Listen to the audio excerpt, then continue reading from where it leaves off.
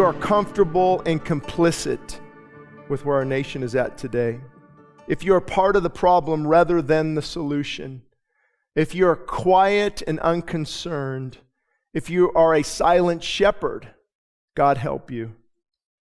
Many of us are sick and tired of drag queen story hour. We're sick and tired of Satan clubs and LGBTQ porn in the schools.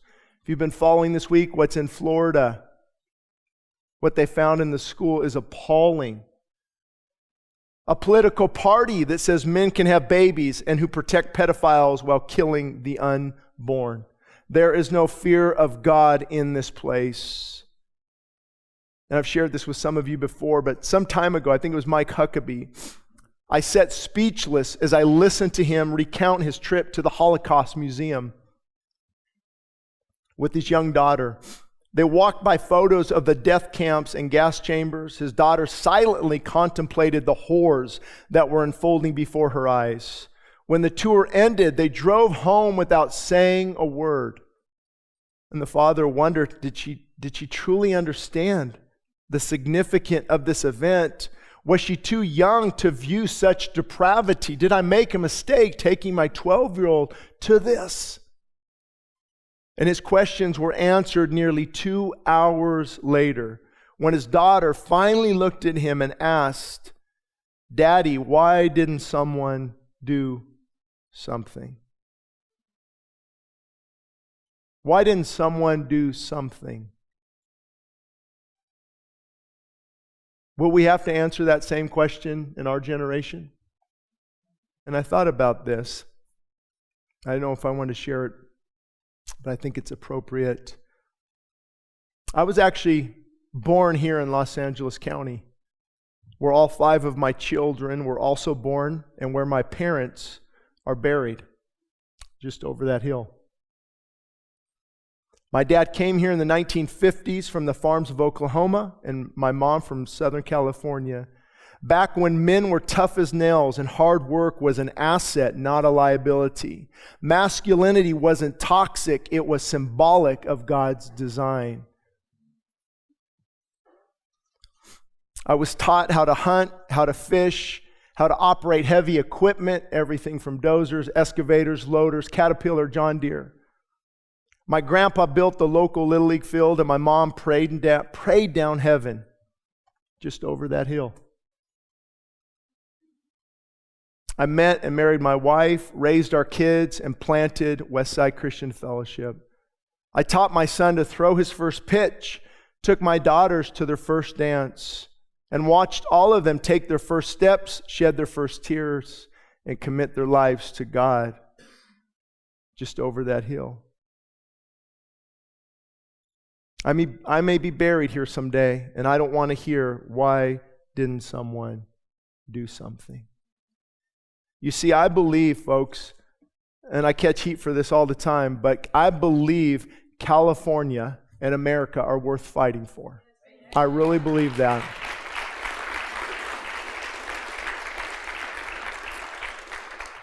I'm not going to flee, I'm going to fight. I'm not going to concede, I'm going to intercede. And quite frankly, I'm tired of the critical Carries, the negative Nancys, the pessimistic Pams, and the defeatist Dannys telling me there is no hope. With God, there is always hope. Now, I don't have a specific verse for California or America per se, but I have a specific biblical principle called intercession.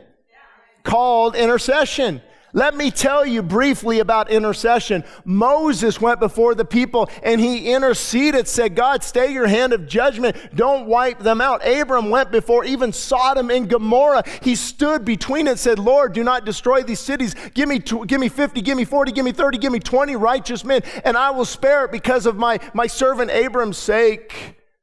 David went before the people. Nehemiah, he wept. He said, the sins of my people. Daniel wept and said, the sins of my people. Esther said, I might perish, but I've been called for such a time as this to intercede on behalf of the people. I've got credible biblical principles that says the church needs to get on her face again before Almighty God and cry out for another national awakening.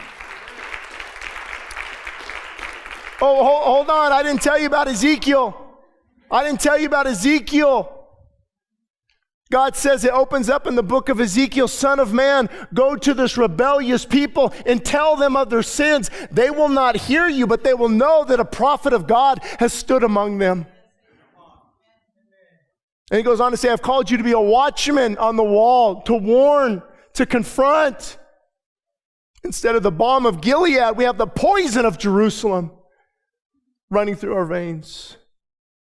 And Ezekiel, God says, look at my prophets. They are like roaring lions devouring the prey, which is the people. Look at that today. Look at the so-called voices of God. When you stick a rainbow flag on your church, you are apostate. What you're doing to children is an abomination in the sight of God. They are tearing them apart. Oh, and he says, look at my priest, the intercessor, the pastor even. They don't even know how to tell the difference between the profane and the holy. Whoa! Is that not happening today? Calling good evil and evil good. Wicked, abomination. And God says, look also at my princes, which are my politicians. They are like hungry wolves devouring their prey. The heart of God, he said, because of this, he said, so I sought for a man from among them. Because of the travesty, he didn't say, I'm going to judge this wicked land. He said, yes, this is happening. Yes, this is going on. Wicked rulers, wicked politicians, ungodly pastors. And because of that, for my people, so I sought for a man from among them to build a wall and stand in the gap before me that I might not destroy the land. Could it be that God is looking for an intercessor? The word just means go between. God says, listen, my son or my daughter is going between this perversion, and I want to judge that, but now I've got an intercessor. I've got a broken, humble person crying out to God. It reminds me of Jesus on the cross, interceding for the sins of the people. The power of intercession. And I know we offend people, but I can't apologize when we say, get to morning worship, get to the prayer meeting. Stop saying that, Pastor, that offends me. Well, get on your face before God and intercede for our nation and for our state. Who told you coming to church twice a month when you feel like it and not doing anything is biblical? No wonder we're in the condition we are in. Lord, have mercy. Ordinary prayer will not touch this at all. Folks, ordinary prayer will not touch this at all.